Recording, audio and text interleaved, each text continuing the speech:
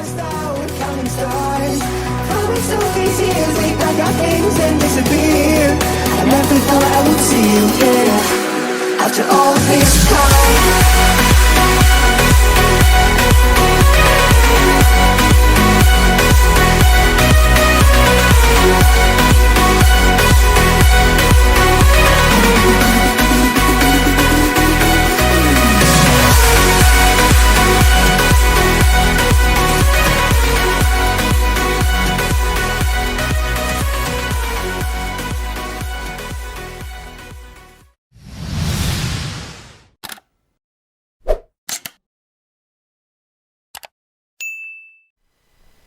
Halo, ketemu lagi teman-teman. Assalamualaikum warahmatullahi wabarakatuh.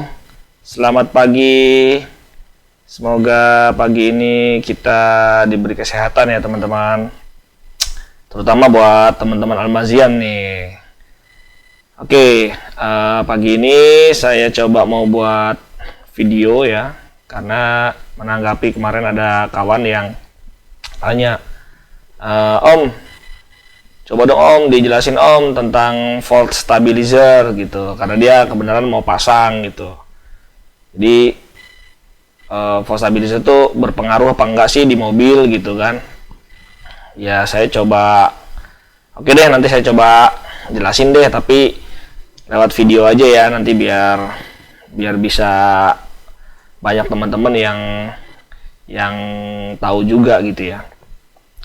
Oke, mungkin sebelum kita lebih jauh gitu, teman-teman harus tahu dulu jadi apa yang dimaksud dengan volt stabilizer untuk mobil ya. Kan banyak di pasaran itu kan produk-produk volt stabilizer ya, dari berbagai brand lah gitu ya. Nah, karena memang kemarin kawan itu dia mau beli, bagusnya brand ini apa brand ini atau brand ini gitu ya, atau seperti apa gitu lah, dia minta rekomendasi gitu. Nah, makanya saya coba jelasin sedikit aja gitu. Nah, mungkin penjelasan saya juga nggak penjelasannya secara teknikal, tapi mungkin yang awam aja, apa yang ya analoginya mungkin saya akan ambil yang awam-awam aja, yang untuk orang awam tuh mungkin paham lah gitu ya, bisa menangkep lah gitu. Oke, balik lagi bahwa volt stabilizer dari namanya juga sudah jelas ya, volt stabilizer, dimana volt stabilizer itu fungsinya ya jelas sebagai penstabil tegangan gitu ya. Nah, penstabil tegangan itu kan banyak cara sebenarnya sih gitu ya, tapi salah satunya diciptakanlah untuk di mobil itu dengan nama volt stabilizer. Mungkin saya bisa, sebelum masuk detail ya, maksudnya sebelum masuk jauh, saya coba gambarin dulu kali ya, sedikit ya teman-teman ya. Oke, mungkin ini bisa saya gambarin bahwa listrik dulu ya, supaya saya jelasinnya mungkin nanti yang awam aja, yang orang awam mungkin agak sedikit ngerti gitu ya. Oke, misalkan di sini saya coba gambar, ini anggap aja tiang listrik gitu teman-teman. Tiang listrik gitu ya. Ini kalau kita di sini punya rumah, gitu ya, ini asal-asalan aja gambarnya nih, yang penting inilah. Nah, kita kan biasanya kan ada listrik ke rumah lah pasti kan. Nah, ini kalau kita bilang ini PLN gitu ya, ini rumah. Oke, nah teman-teman mungkin tahu lah, listrik di rumah kita ini adalah kategorinya listrik AC. AC teman-teman. Nah, AC itu dimana dia itu gelombangnya sinus. Nah, sinus teman-teman, atau biasanya lambangnya segini lah gitu. Nah, gitu ya. Nah, sedangkan kalau di mobil itu dia tegangannya berupa DC, direct current ya. Nah, DC ini, direct current ini biasanya lambangnya seperti ini teman-teman. Nah, lurus aja begini gitu. Nah, sebenarnya atau mungkin teman-teman ada yang mengalami kalau di rumahnya itu mungkin misalkan kalau saya kok kenapa ya komputer saya kalau malam itu nggak kuat nyala, atau ada lampu yang kalau malam itu nggak mau hidup gitu, lampu-lampu neon atau TL zaman dulu itu kan kalau sudah malam itu susah hidup gitu, atau ada komputer atau ada AC juga yang kalau malam dia nggak mau hidup. Kenapa sih teman-teman? Nah, biasanya memang di PLN ini ya, di rumah ini, di PLN ini kalau malam itu kan tegangannya drop. Nah, tegangan itu drop teman-teman. Tegangan tuh saya artikan V ya. V ini turun, drop. Nah, gitu. Karena drop, mungkin kan kalau tegangan di PLN itu kan normalnya kan 220 volt. Ini belajar sedikit tentang listrik ya. 220 volt. Nah, mungkin aja karena karena pemakaian di malam hari itu banyak, jadi masuknya ke dalam beban puncak. Jadi beban puncak itu kan sudah mulai jam-jam 6 sore sampai jam 10 malam itu disebutnya waktu beban puncak. Jadi banyak rumah-rumah yang nyalahin lampu, mungkin mesin air, segala macam lah, beban-beban itu nyala semua. Nah, akhirnya tegangan itu drop gitu teman-teman. Nah, tadinya 220 mungkin aja jadi misal jadi 190 atau jadi 200 lah gitu ya. Nah, tegangan turun. Nah, efeknya apa dengan tegangan turun? Maka komponen-komponen listrik, alat-alat listrik rumah tangga yang misalkan ada lampu gitu ya. Kita punya lampu di sini gitu. Nah, lampunya ini mungkin jadi nggak terang atau redup gitu ya, karena harusnya dapat tegangan 220. Tegangan di sini tegangan saat turun itu menjadi 200 atau 190, makanya lampu itu redup. Atau bahkan misalkan kita punya komputer gitu ya, kalau kita bicara kita punya komputer PC di rumah, mungkin jangan-jangan PC ini nggak mau hidup gitu. Karena apa? Karena tegangannya drop. Makanya kalau teman-teman ingat zaman dulu itu, atau ya sekarang pun juga masih banyak di daerah-daerah itu yang tegangannya sering drop, makanya dia suka beli yang namanya stabilizer, volt stabilizer itu, atau Stavol lah, orang bilang dulu tuh Stavol gitu ya. Ada yang bilang Stavol gitu. Nah, Stavol ini untuk stabilizer tegangan teman-teman. Jadi kalau tegangan tuh drop hingga 190, sama alat Stavol ini dinaikkan menjadi 220 lagi supaya tegangannya sesuai dengan tegangan PLN dan standar di Indonesia teman-teman. Jadi dengan penambahan Stavol itu tegangan dijaga selalu di 220. Semisal tegangan drop menjadi 180, ya dia naikin lagi, dia step up lagi menjadi 220. Nah, ini fungsi kalau di rumah-rumah kita teman-teman. Ini saya menganalogikan dulu ya biar teman-teman gampang masuknya nanti. Nah, makanya disebut dengan volt stabilizer, penstabil tegangan gitu teman-teman. Nah, pada prinsipnya sama teman-teman. Kalau kita bicara di mobil ya, di mobil ini kan tegangannya DC nih. Nah, ini kan sumber tegangannya kan dari alternator ya. Jadi kalau kita bicara mobil, itu sumber tegangannya, generatornya adalah alternator. Nah, alternator ini menuju ke aki teman-teman. Jadi dia ini memproduksi tegangan tapi sudah DC. Dari alternator sudah DC. Alternator sekarang itu dia sudah canggih teman-teman, sudah ada IC regulatornya. Jadi alternator itu sudah ada IC regulator.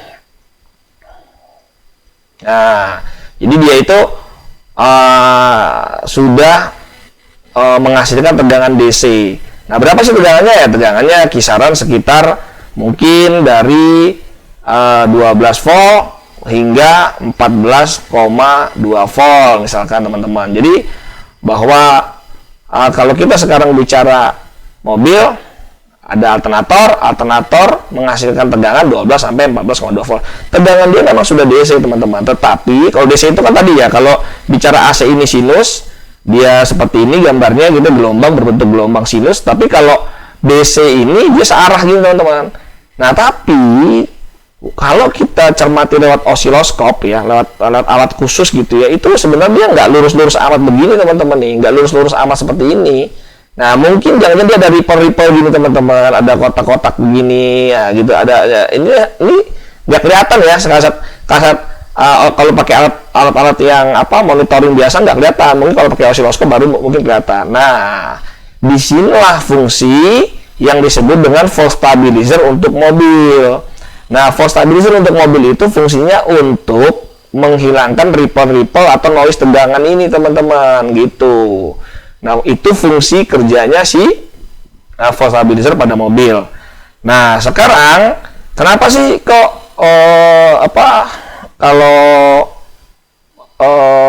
di mobil yang sudah pasang voltage stabilizer ada beberapa yang bilang tarikannya makin enak, AC makin dingin, lampu makin terang dan segala macam gitu, teman-teman. Ya, pada prinsipnya saya balik lagi ke tadi yang saya jelaskan bahwa sesuai dengan fungsinya bahwa voltage stabilizer atau VS itu ya dia memperbaiki tegangan. Nah, gitu teman-teman. Semisal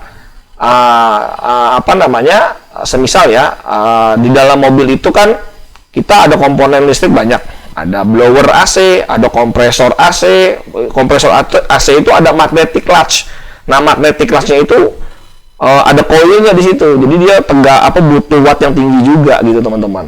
Nah, terus ada lampu, ada wiper, ada banyak deh pokoknya, teman. Jadi belum head unit, tip mobil itu semuanya beban semua, teman-teman. Nah, biasanya mungkin kalau teman-teman pernah perhatiin, biasanya kalau kita lagi nyalakan AC atau kita lagi nyalakan lampu atau kita lagi nyalakan head unit, itu kan kadang-kadang tegangan itu kalau teman-teman bisa perhatikan ya, tegangan mobil, kalau teman-teman punya alat di mobilnya, ada OBD atau misalkan ada alat charger gitu ya, kan ada yang lewat sigaret itu kita bisa pasang USB tapi yang sudah ada monitoring voltage-nya, itu saat kita nyalain AC atau saat kita nyalain lampu atau kita saat nyalain beban-beban yang tinggi itu tegangan drop, teman-teman.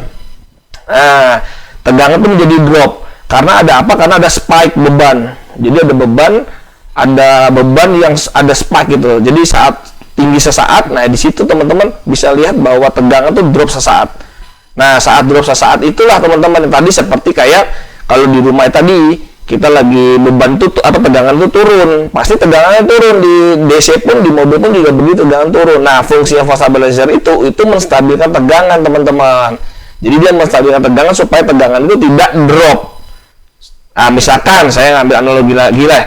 Semisal kalau kita nyalahin kompresor AC misalkan, tegangan mungkin tadinya kalau diukur 13,9 misalkan. Tapi saat AC dinyalakan gitu, itu mungkin turun, drop dia. Jadi 13,6 misalkan, berarti kebuang 0,3 volt, teman-teman. Nah, kalau nyalain lagi wiper malam hari, lampu juga nyala juga, itu mungkin drop lagi, teman-teman. Bisa jadi 13,4 volt misalkan. Nah, semua pasti seperti ini karena memang sudah rumusnya seperti itu, teman-teman. Jadi kalau semakin dayanya besar kan rumusnya kan P sama dengan V kali I ya gitu. Jadi kalau misalkan selalu ini berhubungan. Jadi kalau misalkan bebannya besar, arusnya tetap, ya pasti voltnya turun gitu, teman-teman. Jadi yang jelas ini sudah pasti seperti ini. Beban yang tinggi akan membuat tegangan itu menjadi drop, teman-teman. Nah, dengan tegangan ini drop, nah ini dia, teman-teman. Dengan tegangan ini drop, maka kinerja komponen-komponen di mobil juga akan berimbas, teman-teman. Contoh, saya analogikan lagi dengan tegangan AC yang di rumah aja deh. Semisal saya akan tanya, kalau tegangan kita normal di rumah ini tegangan kan 220 volt ya. Nah, tegangan rumah di rumah itu 220 volt.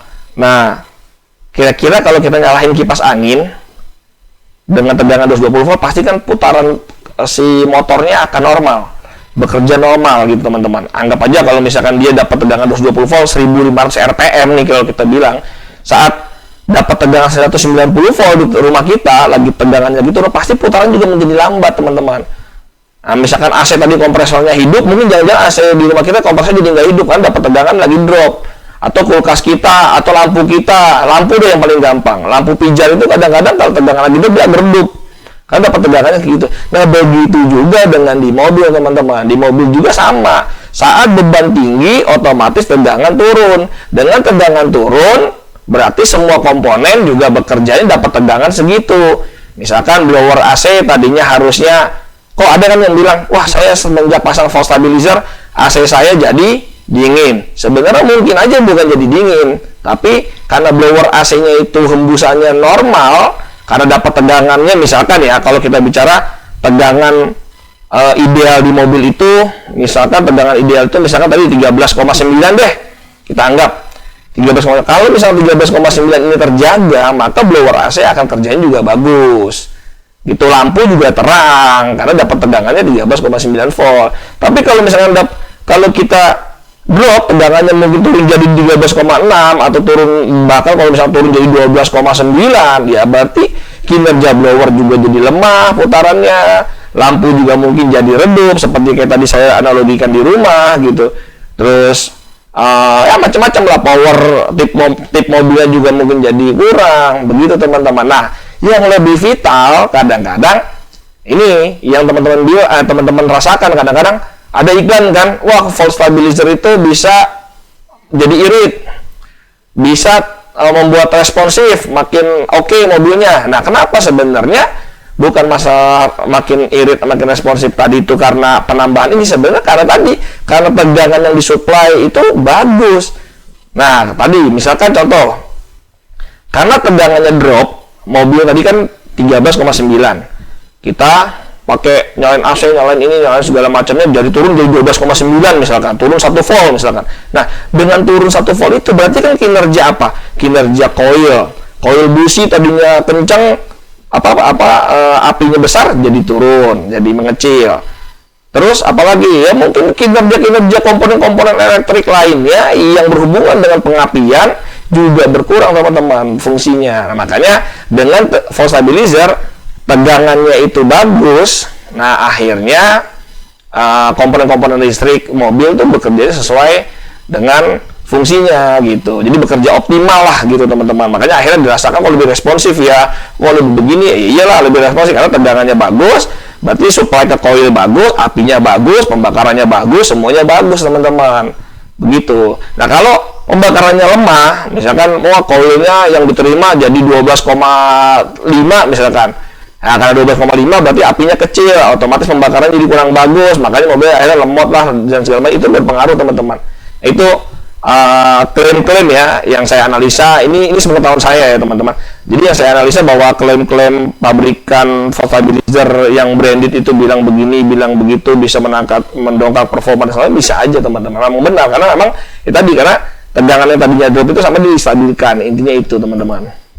Terus juga voltage stabilizer yang bagus ya, nah yang diproduksi dengan bagus, yang dirancang dan diriset dengan bagus, dia bisa menahan beban spike tadi. Jadi misalnya saat kompresor nyala atau lampu watt besar nyala, itu ada spike lonjakan, itu dia bisa menahan di situ teman-teman. Nah, sebenarnya memang kalau kita bongkar voltage stabilizer itu pasti isinya di situ ada beberapa kapasitor. Nah, fungsi kapasitor itu bukan berarti menjadi power bank. Nah, ini juga jadi ada salah kaprah nih teman-teman. Mohon maaf nih, ini juga ada salah kaprah juga teman-teman. Terkadang saya di beberapa grup otomotif itu voltage stabilizer dianggap sama dengan kapasitor karena dia melihat dibuka isi voltage stabilizer itu isinya kapasitor, akhirnya dia pasang aja kapasitor biasa. Tidak seperti itu teman-teman, tidak semudah itu teman-teman. Jadi voltage stabilizer yang dirancang bagus itu dia banyak proteksinya teman-teman. Yang paling penting itu adalah proteksi. Nah, proteksinya macam-macam. Misalkan kalau tegangan dia drop menjadi 10,8 volt, itu dia tidak boleh fungsi voltage stabilizer itu bekerja teman-teman. Jadi saya pernah di training di prinsipal bahwa alat voltage stabilizer itu kalau dia drop tegangan aki atau tegangan dari alternator itu menjadi 10,8 volt, di bawah itu dia tidak boleh bekerja teman-teman. Tidak boleh menstabilkan untuk membuat 13, sekian, itu tidak bisa. Nah, makanya itu kan salah satu sebagai safety protection. Terus isi dalamannya kapasitor-kapasitor yang digunakan itu adalah kapasitor yang super kapasitor teman-teman, bukan kapasitor biasa. Dan banyaklah proteksi-proteksi yang dibuat sama pabrikan, tidak hanya sekedar kita nambah kapasitor aja teman-teman. Nah, nanti kalau kita cuma sekedar nambah kapasitor gitu ya, itu nanti jadinya bukan volt stabilizer, teman-teman. Memang membantu kapasitor itu fungsinya untuk membantu mengurangi ripple tadi, memang benar. Tapi kalau tidak ada proteksi dan lainnya, ini juga bisa membahayakan juga, teman-teman. Jadi ada beberapa teman yang pasang kapasitor aja langsung taruh di paralel ke aki gitu. Ini nggak bagus juga. Ini justru bumerang, dan hati-hati teman-teman kalau yang seperti ini, karena dia tidak ada proteksinya. Ini bisa membahayakan gitu, teman-teman. Nah, ada juga yang teman-teman itu bilang bahwa saya dengan nambah kapasitor besar CCA saya naik. Memang benar, teman-teman, dengan menambah volt stabilizer baik pabrikan atau dengan kapasitor biasa gitu ya, itu CCA pasti akan naik. Kenapa sih naik? Karena memang fungsi kapasitor di dalam volt stabilizer baik yang pabrikan atau yang kita pasang sendiri itu memang fungsinya menyimpan arus gitu. Nah, dengan ada tambahan arus, otomatis CCA akan naik. Itu udah otomatis. Tinggal berapa besar kapasitor yang kita pasang. Kalau kapasitornya kita pasang semakin besar, pasti ya CCA-nya akan semakin besar. Tapi kalau kapasitornya kecil juga CCA yang naik juga kecil. Tapi menurut saya tidak penting CCA itu, teman-teman, kecuali mobil-mobil khusus ya. Mobil-mobil khusus yang dirancang memang butuh CCA besar. Misalkan contoh mobil-mobil off-road. Nah, mobil-mobil off-road itu karena dipakai untuk winching, nah dipakai untuk dibutuhkan beban-beban yang besar continuous, itu CCA itu penting, teman-teman. Tapi kalau mobil-mobil umum aja, saya rasa nggak perlu, teman-teman, CCA besar-besaran, main besar-besaran CCA itu nggak perlu. Nah, nanti saya coba kasih unjuk ya. Ini kita sekarang lompat dulu ke CCA karena masih ada hubungannya ya. Saya coba bikin baru dulu. Oke, teman-teman. Nah, jadi kita lompat ke CCA, teman-teman. Mumpung ini berhubungan ya. Jadi CCA ya. CCA itu adalah cold cranking. Saya singkat-singkat aja lah ya. Ampere. Nah, jadi cold cranking ampere. Nah, itu apa sih cold cranking ampere? Jadi cold cranking ampere itu daya ampere yang digunakan tuh saat dingin, teman-teman. Dingin itu bukan berarti mobil dingin di Eropa ya maksudnya, tapi mobil itu dalam keadaan diam lama, atau dalam keadaan ya pagi hari lah, itu kita bicara itu sudah dingin gitu ya. Mobil malam dipakai, besok paginya kita mau gunakan. Nah, dibutuhkan ini nilai CCA ini, teman-teman. CCA itu tadi cold cranking ampere. Nah, kapan dia berfungsi? Nah, mungkin ini karena saya kasih contoh satu gini aja deh. Misalkan ada satu mobil itu akinya tertulis 550 cca. Nah, ya ada mobil 550 cca. Nah, kenapa sih pabrikan udah bikin sudah buat pakai jenis aki ini dengan CCA 550. Dia sudah mengukur, teman-teman, bahwa dengan 550 cca ini sudah cukup gitu, teman-teman.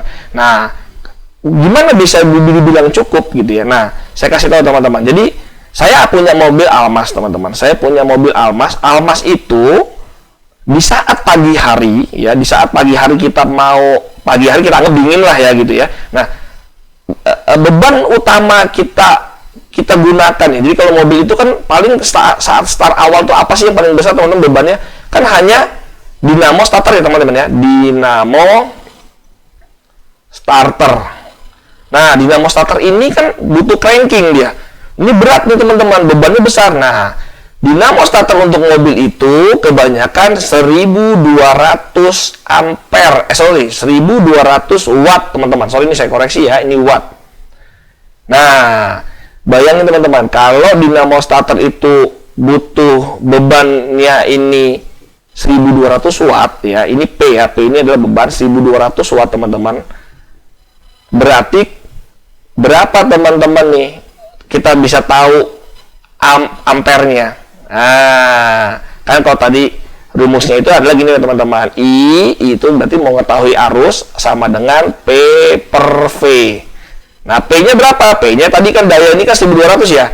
Berarti sama juga 1200 dibagi V. V-nya berapa? V-nya kan anggap aja 12 volt. Karena kan mobil itu kan aki tegangannya 12 volt ya teman-teman. Jadi 1200 dibagi 12 volt. Berapa ketemunya? Oh, ketemunya adalah, sama dengan saya samping aja lah nih, 100 ampere teman-teman. Nah, berarti saat pagi hari kita cranking mobil hanya dibutuhkan 100 ampere teman-teman.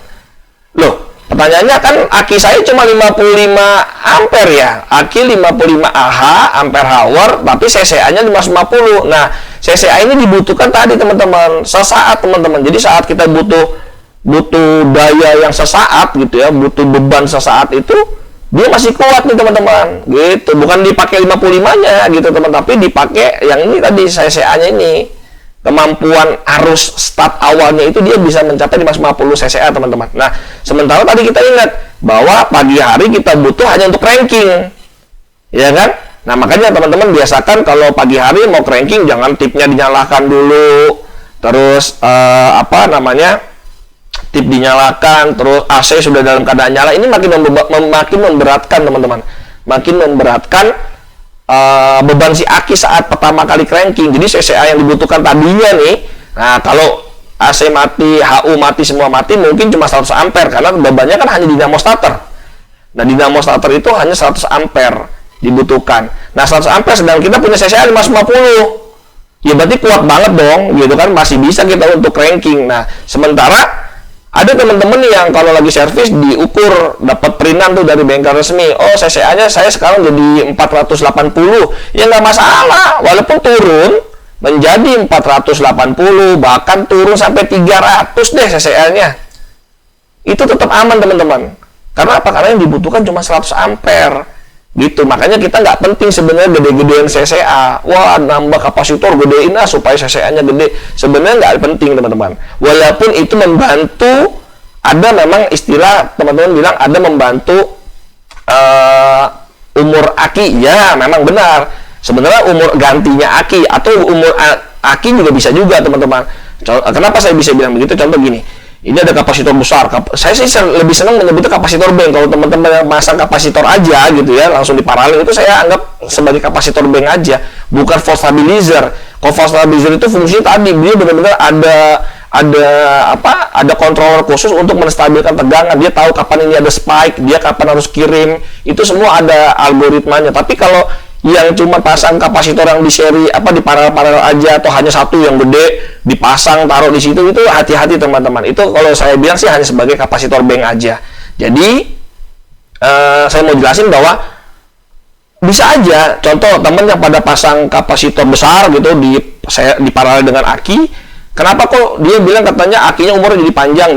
Benar, mungkin yang normal 1,5 tahun atau 1 tahun sudah ganti, tapi dengan pasang ini mungkin jadi agak panjang sedikit. Sebenarnya memang ada benarnya. Kenapa? Mungkin dia ada bank power tambahan gitu ya. Tadinya misalkan di sini sudah dapat 55 Ah. Oh, ini dapat lagi sekian Ah. Oh, jadi dia di paralel. Oke, jadi menambah bank daya seolah-olah seperti itu lah. Jadi bank power tuh dia nambah di situ. Jadi saat butuh cranking tadi 100 ampere, mungkin peran kapasitor ini nambah.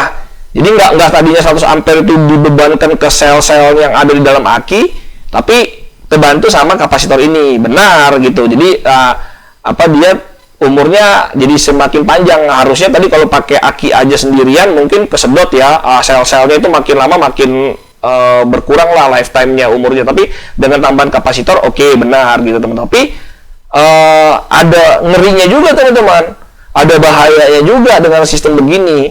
Kenapa? Karena umur aki yang harusnya sudah soak, misalkan sudah soak, tapi lebih banyak terbantu dengan kapasitor yang dipasang besar gitu, ini membahayakan juga teman-teman, membahayakan juga. Jadi harusnya umur aki ini terpantau sudah lifetime-nya sudah sudah harusnya soak, tapi karena kebantu sama ini juga bahaya juga. Karena saya pernah ada kasus itu saat kapasitornya ini masih oke gitu, tapi ininya sudah soak gitu, akhirnya dia sinkronisasinya tidak berjalan baik gitu. Saat cranking butuh ampere besar, butuh CCA besar, tadi kita bilang 100 ampere, ternyata aki ini sudah tidak sanggup, sel-sel di dalamnya udah nggak sanggup karena CCA-nya mungkin dia sudah kecil gitu ya. Akhirnya kapasitor yang terbebani. Nah, karena kapasitor yang terbebani, akhirnya kapasitor itu meledak, teman-teman. Itu ya pernah ada lah kasus seperti itu. Nanti saya kasih unjuk ya. Nah, itu makanya teman-teman harus bisa beda ini apa sih volt stabilizer, apa sih kapasitor bank. Nah, yang saya worry teman-teman itu yang pada pasang kapasitor gede-gedean kapasitor seperti itu hati-hati. Nah, terus ada juga yang ini ya, seperti gambar ya. Sebentar saya kasih gambar. Nah, ini teman-teman. Ada beberapa teman-teman yang lihat ternyata isinya volt stabilizer tuh cuma rangkaian kapasitor begini aja kok, kita bikin sendiri aja. Ya benar memang teman-teman, benar. Ini kapasitor fungsinya tadi mereduce, meredam report tegangan tadi itu benar begitu ya. Tetapi kalau rangkaiannya hanya seperti ini hanya rangkaian standar, rangkaian standar gitu ya, yang unsur safety-nya belum tentu ada ya, gitu. Jadi tidak seperti yang pabrikan buat gitu teman-teman. Tapi ini standar memang bisa dipakai, tetapi masih jauh kalau bisa dibilang kehandalannya masih jauh teman-teman. Nah, ini rangkaian yang banyak orang-orang pada ikutin. Terus banyak juga yang bilang kenapa kok kapasitor ini di kecil-kecil ya, kenapa nggak satu aja yang besar. Nah, ini salah satu juga teman-teman, kenapa kok buktinya ini ada orang kasih gambar tapi mereka aja kasih gambar yang kecil-kecil gitu. Nah, di paralel gitu banyak, kenapa nggak satu aja yang besar gitu teman-teman. Ini ada fungsinya juga teman-teman, karena memang kapasitor itu, ingat, kapasitor itu sifatnya kapasitif dan dia bisa meledak teman-teman. Apalagi kalau yang kualitasnya tidak bagus ya, kalau kualitas kapasitor tidak bagus itu bisa meledak, mudah meledak, apalagi tidak tahan panas, tidak heavy duty, itu bahaya teman-teman. Nah, mungkin saja ya, selain ini memang seperti membagi arus, dia siapa yang harus mengcover, tidak perlu sampai ke kapasitor yang nomor sekian, itu memang seperti itu, seperti kapasitor bank pada umumnya ya. Tetapi ini tidak ada rangkaian membagi bahwa oke, kalau saya dropnya sekian, yang kerja bagian atas saja. Kalau dropnya makin sekian, spike-nya sekian, saya harus kerja semua. Nah, ini nggak ada teman-teman, nggak ada kontrol seperti itu. Makanya saya bilang ini sangat sederhana. Nah, kenapa tadi balik lagi kecil-kecil ini ada kemungkinan besar memang untuk menjaga jika terjadi meledak, itu ya hanya meledaknya mungkin kecil-kecil aja teman-teman, tidak meledak yang besar. Berbeda kalau teman-teman yang pasang satu tapi yang besar, itu ledakannya seperti bom molotov teman-teman. Sama juga teman-teman taruh bom molotov ada di dalam mobil teman-teman. Nah, itu hati-hati juga, apalagi kalau beli kapasitor yang tidak heavy duty, yaitu jadi bahan perhatian aja ya teman-teman. Makanya kenapa ini kecil-kecil walaupun nilainya sama, kenapa kok nggak satu aja? Karena satu ini kalau meledak, ledakannya ya kayak bom molotov teman-teman. Tapi kalau ini kecil-kecil ya mungkin letupannya kecil teman-teman. Itu. Terus saya ada foto juga. Nah, ini foto ini mungkin buat motor kali ya. Jadi ada orang orang beli volt stabilizer di pasaran, itu benda seperti ini nih. Mungkin ini bukan pabrikan ya, perumahan yang buat tapi dijual gitu ya. Nah, ini juga ngeri juga teman-teman, bahwa ini cuma satu kapasitor, setelah itu hanya begini aja lah intinya. Ya mungkin ini basicnya teman-teman lihat, wah ternyata kapasitor volt stabilizer isinya hanya begini aja. Ternyata teman-teman bikin tapi ya walaupun nggak masalah itu bisa, tetapi dari unsur safety-nya mungkin yang masih perlu diperhatikan untuk sama teman-teman ya. Nah, ini tuh banyak juga orang yang pasang begini, saya lihat. Jadi adalah fungsinya karena sebagai kapasitor kita share aja. Tadi ingat ya, kalau teman-teman pasang hanya begini, seolah-olah hanya kapasitor bank, bukan ngomongin volt stabilizer teman-teman. Jauh berbeda dengan fungsinya volt stabilizer. Seperti contoh ya, kan ada brand ya, kalau kita sebut di pasar umum ada SGS, ada Pivot, ada macam-macam lah teman-teman ya, Hurricane yang gitu-gitu ya. Itu memang dia sudah melakukan riset dan dia sudah ada controller di dalamnya, safety-nya juga agak bagus teman-teman. Tapi kalau yang hanya begini saja, saya worry teman-teman, hati-hati juga. Karena ini bukan volt stabilizer yang sesungguhnya, tetapi ini hanya ya bank power aja gitu teman-teman. Nah, ini saya mau coba kasih contoh volt stabilizer. Nah, ini dia. Ini ada volt stabilizer kebenaran, kita ada produk strong booster gitu dari prinsipal saya coba bongkar. Ini bentuknya ternyata seperti ini, jauh berbeda. Ini super kapasitor nih teman-teman. Nah, ini walaupun memang dia ada kapasitornya, dia menaikkan CCA, tapi CCA-nya naik paling sedikit teman-teman, paling cuma 5% atau 10% lah paling tidak gitu ya. Jadi kita memang setelah saya tanya ke prinsipal, kita nggak konsentrasi untuk naikin CCA, kita memang CCA itu efek dari kapasitornya aja gitu. Tapi kita lebih ke tadi meredam noise-nya, ripple-nya, kapan saya harus spike itu bisa, saat spike itu dia bisa tahu dia harus redam, kapan harus cut off, jangan sampai malah ini menjadi beban di aki gitu. Kalau alternatornya fluktuatif, dia harus tahu dia kapan ini. Jadi intinya safety-nya oke teman-teman ini, dibanding kalau cuma sekedar kayak tadi satu kapasitor gini aja teman-teman, ini jauh teman-teman, bahaya. Jadi ini yang jadi perhatian buat teman-teman semua, jangan sampai teman-teman salah arti bahwa sebenarnya force stabilizer itu untuk apa ya. Tadi ya saya jelaskan bahwa sebenarnya prinsipnya tadi saya menganalogikannya seperti rumah aja. Kalau tegangan turun, otomatis kinerja alat komputer, kipas angin juga jadi ikut turun putarannya, tidak maksimal lah, tidak optimal. Tapi dengan volt stabilizer tegangannya tetap dijaga di 220 volt kalau kita bicara di rumah ya, maka komponen-komponen listrik di rumah kita ya semua itu optimal kerjanya teman-teman. Begitu juga di mobil, kalau tegangannya stabil di 13,5 terus dijaga sama alat volt stabilizer ini, itu jadi ya semua komponen, baik ECU, baik TCM, baik coil terutama, itu semuanya kerjanya normal. Fan blower juga dapat tembusannya juga bagus gitu teman-teman. Itu teman-teman, jadi harus bedain antara volt stabilizer apa atau kapasitor bank itu apa. Jadi teman-teman harus bisa bedain. Nah, ini saya punya contoh, mungkin teman-teman akan kaget. Nah, ini teman-teman, bayangin teman-teman, ini kejadian meledaknya kapasitor yang besar teman-teman. Nah, jadi ada kawan pasang, nah ini kawan pasang di mobil apa nih, mungkin teman-teman Almazian pasti tahu lah, ini jelas ya kotaknya nih, mobilnya udah jelas gitu ya.